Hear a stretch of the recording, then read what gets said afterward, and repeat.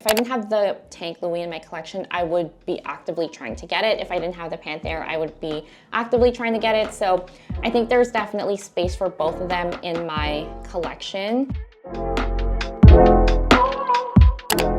Hi everyone, welcome or welcome back to my channel. In today's video, we are talking all about Cartier watches. I do have two watches from Cartier that I'm going to be talking about today. So if you want to see that, then just keep on watching. And if you're new here, hi, welcome. My name is Reza. I primarily talk about my personal finances, luxury goods, and sometimes my small business. So if you're into that, then make sure you're subscribed down below. Okay, I wanted to do a mini comparison between the two watches that I have from Cartier. I do have individual unboxings for these two watches, so I'll have them linked down below if you haven't seen those yet. But yeah, I want to start off with the newest watch in my collection, which is the one I'm wearing today, which is the Cartier Mini Panthère, and it is in the stainless steel metal. So it is the mini version. Sometimes you can't really tell what the size is, just depending on the person's wrist size.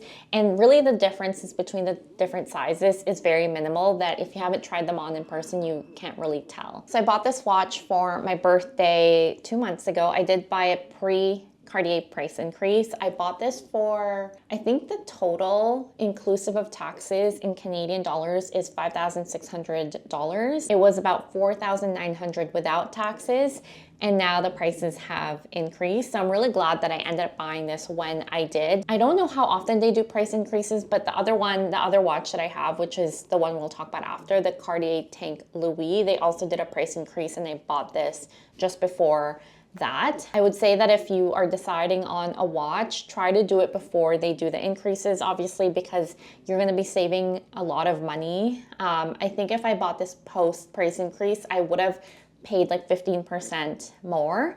I knew I wanted this watch for a very long time, and I just decided to bite the bullet when I did. But yeah, this is the mini version, the stainless steel version. There are different sizes, as I mentioned. So the stainless steel comes in the small as well as the medium. I know that the small one is probably the most popular, and then they released the mini version, which is the one that I have. Most recently, with all of the other mini watches that they released, I think that the Mini Noir and the Mini Tank are also so adorable. But as I mentioned, I did already have a Tank. That's why I went with the Panthère. One of the reasons why I bought this is because I wanted it to be kind of like a bracelet type of watch, which it's doing its job. It just goes so well with all of the other accessories that I have. And I've had this, as I mentioned, for 2 months, and I have zero regrets. I have been using it every single day. I haven't been reaching for any other watch other than this one. And I did take out a couple of links when I bought it, so I can also like move it around. And yeah, it's giving kind of like that bracelet sort of vibe because it can like move around on my wrist, and I really like that. The reason why I didn't go with the small is because I already have a small version of a Cartier watch. As I mentioned, I really just wanted this to be sort of that bracelet vibe. But with that said, like the watch face of the Mini Panthère is really tiny. Like if this is going to be your main watch and like only watch, I would say go for the classic small. But because I already had another watch, I didn't mind that this was like a smaller face, and it's more so like an accessory with a watch face. So that's why I decided on the mini. Also, it's a little bit cheaper than the small. This does come in a two-tone as well as an all gold option if that's in your price range. But yeah, I would say the stainless steel is like the most affordable option out of all of the metals from Cartier. Now let's talk about this watch. So I'm actually going to switch into it. I did buy this 2 years ago for my 30th birthday, as I mentioned, and I went with the Tank Louis. I know that there are cheaper options of the Tank, which is like in stainless, but I decided to go with the Tank Louis, which is like the most classic Cartier watch, I would say, and it's also in 18 karat yellow gold with the brown alligator strap. It is quartz movement. The Panthère is also quartz movement, and I know people have a lot of feelings about spending this much money on a quartz watch. I don't really care about that. I just wanted this watch, and that's why I got it. This is the small version of the Tank Louis. I love the fact that you can change out your strap so your watch can have like a different look. I haven't bought one yet. I do want to get a black alligator strap eventually. I also want a green one. I just think it's so fun to dress up your watch and like have it look something different depending on like your mood and your vibe. The straps from Cartier are very expensive. I want to say they're around 500 Canadian dollars, and that's really why I haven't bit the bullet on them just yet.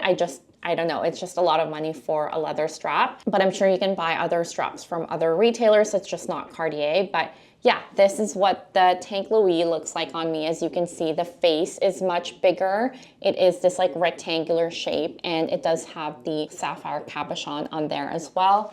This one has it as well. Let's see if I can focus. It's just a mini version of the cabochon, if you can see. That is just a very classic Cartier design. It also has the Roman numerals, which is so classic to Cartier, and that's the reason why like I love a classic watch. I believe that this can be worn dressed up or casually, and I feel the same way about the Panthère. They're just, you know, like your everyday watches. The reason why I haven't been using this one as much is because I just bought the new watch and I wanted to wear it. I also kind of see this as a family heirloom that I'll pass down to my children. It's just hard for me to see it on the shelf and I'm not using it. I think I'm the type of person who wants to make use of the things that they have in their closet. Like I don't like it just sitting there, but I know that I can always just interchange watches if I want to. So I'm kind of debating selling this, but I also want to keep it just because it was my first big like watch purchase. I bought it for my 30th. So it does have that like sentimental feeling to it. But now that I'm even looking at it from the viewfinder, like it's such a gorgeous, gorgeous watch. It like stands on its own, and again, like with a black strap or a green strap, it would just look so good even if you're just wearing t-shirt and jeans. Like I'm obsessed with it. But yeah, I'll just show them to you side by side.